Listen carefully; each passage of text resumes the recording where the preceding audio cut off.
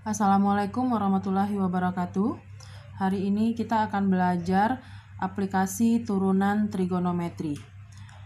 Aplikasi turunan trigonometri ini sangat banyak. Salah satunya adalah untuk menentukan titik stasioner dari grafik fungsi trigonometri. Kita langsung ke contoh soalnya saja. Misalnya kita punya fungsi trigonometri Y sama dengan cos 3X, yang mana X-nya intervalnya adalah dari 0 sampai 360 derajat. Nah, yang akan kita cari di sini adalah titik stasioner dari Y sama dengan cos 3X. Untuk menentukan titik stasioner, ini hampir sama seperti kita mencari titik stasioner pada fungsi aljabar. Jadi titik stasioner ini kita dapatkan dengan cara mencari turunan pertama dari fungsi tersebut. Berarti kalau dia Y, berarti yang kita cari adalah Y aksennya. Kalau dia Fx, berarti yang kita cari adalah F aksen X-nya. Kemudian turunannya ini kita samakan dengan 0. Berarti untuk mencari titik stasioner, kita cari turunan pertama, kemudian turunan pertama itu kita samakan dengan 0. Nah, di sini sudah tersedia fungsi trigonometri Y sama dengan cos 3X. Berarti fungsi ini harus kita turunkan. Nah, cara menurunkannya ingat lagi materi sebelumnya. Turunan cos adalah min sin. Berarti ini adalah min sin 3X. Kemudian 3X-nya juga kita turunkan. Turunan dari 3 adalah 3. Berarti 3-nya kita bawa ke depan. Berarti jadinya adalah min 3 sin 3X. Nah, kemudian turunannya ini kita samakan dengan 0, berarti min 3 sin 3X kita samakan dengan 0. Nah, untuk mengerjakan ini berarti kita memakai materi persamaan trigonometri waktu kelas 11. Jadi kalian ingat lagi persamaan trigonometri di kelas 11 itu ada 3 buah, ada sin, ada cos, dan juga ada tan. Langkah awal yang harus kita lakukan adalah pastikan dulu di sebelah kiri dan sebelah kanannya ini sama-sama punya sin, atau sama-sama punya cos, atau sama-sama punya tan. Nah, karena di sini adalah sin, berarti kita pastikan sebelah kiri dan kanan punya sin terlebih dahulu. Nah, sebelumnya kita harus pindahkan dulu bentuk yang min 3 ini. Berarti ini sin 3X sama dengan 0 dibagi min 3 akan sama dengan 0. Sehingga nanti sebelah kiri sudah ada sin 3X. Nah, sebelah kanan juga harus kita kasih sin. Nah, sekarang kita pikirkan sin berapa yang nilainya 0. Nah, sin berapa yang nilainya 0? Ya, sin 0. Nah, karena sebelah kiri dan kanan sudah sama-sama punya sin, berarti sinnya boleh kita coret. Nah, kita masuk ke dalam persamaan trigonometrinya. Berarti dari sini kita dapatkan 3X sama dengan 0, yang ini, tambah K kali 360 derajat. Nah, ingat setiap persamaan trigonometri itu mempunyai dua rumus, mempunyai dua penyelesaian, yaitu yang pertama yang ini, dari setelah kita coret sinnya, kemudian yang keduanya adalah mengikut yang ini ya. Jadi kalau di sini 3X, ini juga 3X. Nah, rumus keduanya. Untuk sin, kalian ingat lagi apa rumus kedua untuk sin pada persamaan trigonometri. Cara mudah mengingatnya adalah sin itu positifnya di kuadran berapa?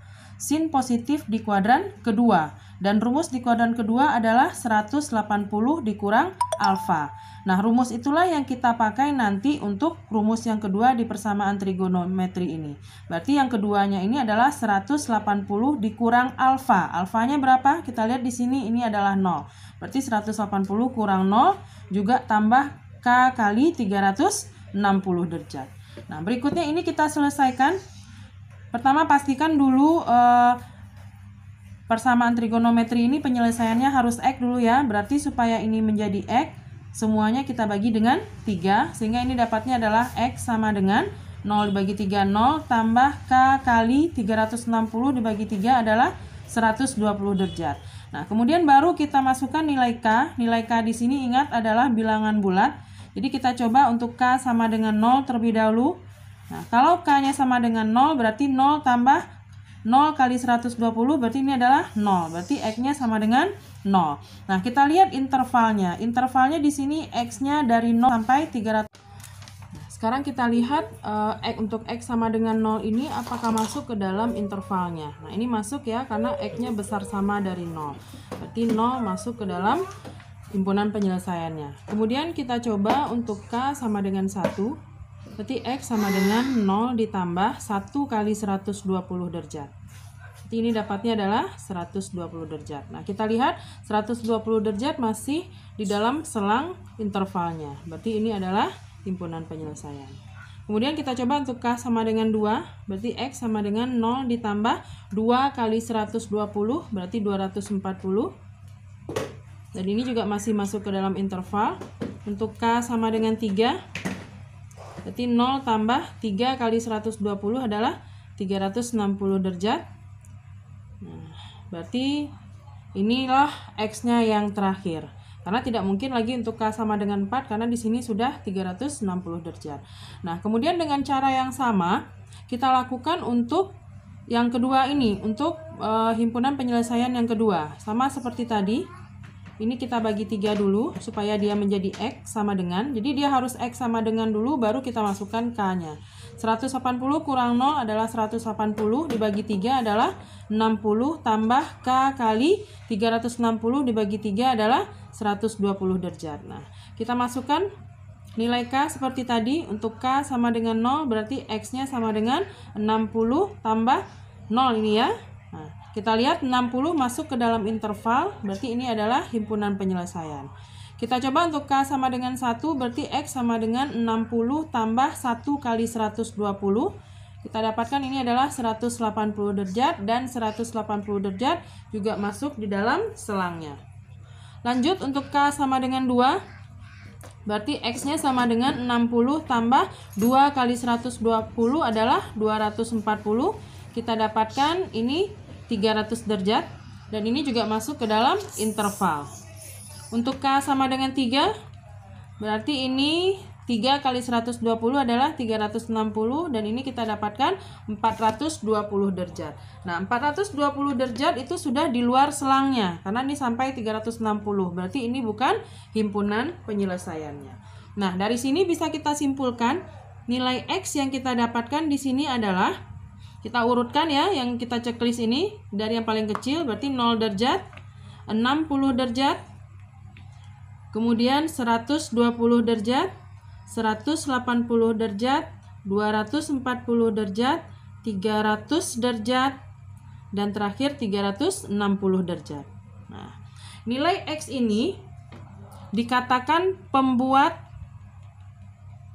maksimum atau pembuat minimumnya. Jadi kalau nanti yang ditanyakannya itu cuman pembuat stasionernya atau pembuat maksimum atau minimumnya, berarti jawaban kita cuman sampai di sini saja. Tetapi kan sekarang kita menentukan titik stasioner. Nah, titik stasioner itu terdiri dari X dan Y. Nah, X-nya sudah kita dapatkan, berikutnya yang akan kita cari adalah nilai stasionernya atau nilai maksimum dan nilai minimumnya. Caranya bagaimana? Kita cukup memasukkan nilai X yang kita dapatkan tadi ke dalam fungsi trigonometrinya, ke dalam fungsi awalnya. Nah, tadi fungsi awal kita adalah Y sama dengan cos 3X. Nah, Y sama dengan cos 3X ini kita masukkan nilai X-nya satu persatu. Nah, misalnya untuk X sama dengan 0. Berarti kita dapatkan Y-nya sama dengan cos 3 dikali 0. Berarti ini sama dengan cos 0. Cos 0 adalah 1. Sehingga dari sini kita dapatkan nilai nilai stasionernya adalah 1 untuk X-nya 0. Sehingga kita dapatkan titik stasionernya adalah 0,1. 0-nya 0 derajat. Kemudian kita cari pula untuk X sama dengan 60 derajat. Berapa nilai Y yang kita dapatkan? Berarti cos 3 kali, kita ganti ini dengan 60, berarti ini cos 180. Nah, cos 180 itu berapa? Min 1. Berarti kita dapatkan di sini titik stasionernya adalah 60 derajat, min 1. Berikutnya kita coba untuk X sama dengan 120 derajat lagi. Berarti Y sama dengan cos 3 kali 120 derajat. Ini dapatnya adalah cos 360. Cos 360 sama dengan cos 0, berarti sama dengan 1. Sehingga titik stasionernya adalah 120 derajat, 1. Lanjut, jadi kita harus masukkan untuk semua titik ini ya. X sama dengan 180 derajat. Berarti Y sama dengan cos 3 kali 180 sama dengan cos 540.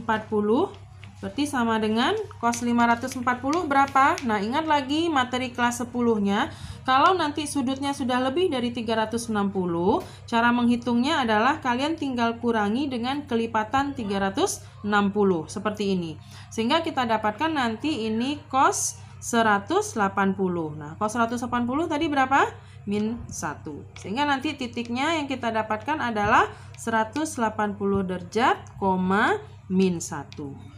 Nah, ini nanti harusnya kalian masukkan semua nilai X. Jadi untuk X sama dengan 240 berapa nilai Y-nya. Untuk X sama dengan 300 berapa nilai Y-nya. Dan untuk X sama dengan 360 berapa Y-nya. Nah, tapi ini polanya bagus. Sekarang coba kalian lihat polanya untuk nilai Y-nya. Pertama kita dapatkan nilai Y-nya 1. Kemudian min 1. Berikutnya lagi 1 lagi. Berikutnya lagi min 1 lagi. Nah, ini udah terpola. Jadi kalau udah terpola seperti ini sebenarnya bisa kita tebak saja. Jadi untuk X sama dengan 240 berarti nanti dapat nilai Y-nya berapa? Berarti 1. Nah, kemudian untuk 300 kita dapatkan berapa? Min 1 lagi. Dan untuk 360 kita dapatkan 1 lagi. Begitu seterusnya. Sehingga nanti bisa kita simpulkan di sini. Tadi yang ditanyakan adalah titik stasionernya. Jadi Ibu simpulkan di sini, titik stasioner itu ada 2, yaitu titik maksimum dan titik minimum. Nah, titik maksimum itu apa? Titik maksimum itu adalah yang dinamakan titik kan terdiri dari X, Y. Jadi kita lihat Y-nya dulu. Di sini nilai Y yang kita dapatkan ada 2 jenis. Ya. Jadi untuk nilai, untuk menentukan titik ini kita lihat dulu nilainya. Jadi nilai stasioner itu ada 2, yaitu nilai maksimum dan nilai minimum. Nah, kita lihat tadi dari yang kita cari tadi nilai Y-nya itu hanya 2 buah jenisnya, yaitu 1 dan min 1. Berarti bisa kita katakan nilai maksimumnya adalah 1 dan nilai minimumnya adalah minus 1. Nah, ini akan berhubungan dengan titik stasioner yang akan kita cari tadi. Nah, titik maksimum itu berarti adalah titik yang memuat nilai maksimum. Nah, siapa saja? Berarti ini. Berarti ini adalah titik maksimum. Ini juga adalah titik maksimum. Nah, berikutnya berapa lagi? Jadi siapa saja titik maksimumnya? Kita tulis di sini. Titik maksimumnya adalah 0,1. Kemudian siapa lagi? 120,1. Kemudian berikutnya siapa lagi? Yang koma 1. Nah, ini kan min 1. Berarti setelah min 1 ini pasti adalah 1. Dari siapa? Setelah 180 tadi adalah 240. Berarti kalau 240 juga nilainya adalah 1. Nah, setelah 240 siapa? Ini pasti min 1 dan ini positif 1 lagi. Jadi dia selang-seling. Berarti berikutnya titik maksimum terakhirnya adalah 360,1. Nah, inilah titik maksimumnya ada 4 buah. Nah, bagaimana dengan titik minimumnya? Nah, kita lihat titik minimum itu adalah titik yang mengandung nilai minimum. Berarti ini dia. Kemudian ini juga titik minimum. Nah, berikutnya siapa lagi? Tadi 240 adalah titik maksimum, berarti 300 ini adalah titik minimum. Berarti bisa kita simpulkan titik minimum kita ada berapa? Yang pertama adalah 60 derajat, min 1. Kemudian 180 derajat, min 1. Dan yang terakhir adalah 300 derajat, min 1. Nah, jadi materi kita hari ini menentukan titik stasioner ya, tetapi nanti yang ditanyakan di materi ini bisa banyak. Nah, jadi kalian hati-hati, kalian menjawab yang ditanya saja. Kalau nanti yang ditanya itu cuman pembuat maksimum, berarti kalian kerja cuman sampai sini, sampai nilai X-nya saja. Tetapi nanti kalau yang ditanyakannya adalah nilai maksimum dan nilai minimum, berarti kalian kerjanya sampai sini, nilai maksimum minimum. Nah, pertanyaan yang paling lengkap yang sering ditanya yaitu adalah titik stasioner. Nah, ini ada 2. Kalau dia tanya titik maksimum, berarti ini jawabannya 1, 2, 3, 4. Kalau dia tanya titik minimum, berarti ini 1, 2, 3. Tapi kalau dia tanya titik stasioner, kedua-duanya kalian buat. Oke, anak-anak Ibu harap kalian mengerti dengan materi ini. Bagi yang tidak mengerti bisa melihat lagi catatan di kelas 11 dan kelas 10-nya tentang trigonometri, yang mana ini menentukan himpunan penyelesaian ini itu adalah materi kelas 11. Kemudian untuk menghitung ini adalah materi kelas 10-nya. Terima kasih atas perhatiannya. Wassalamualaikum warahmatullahi wabarakatuh.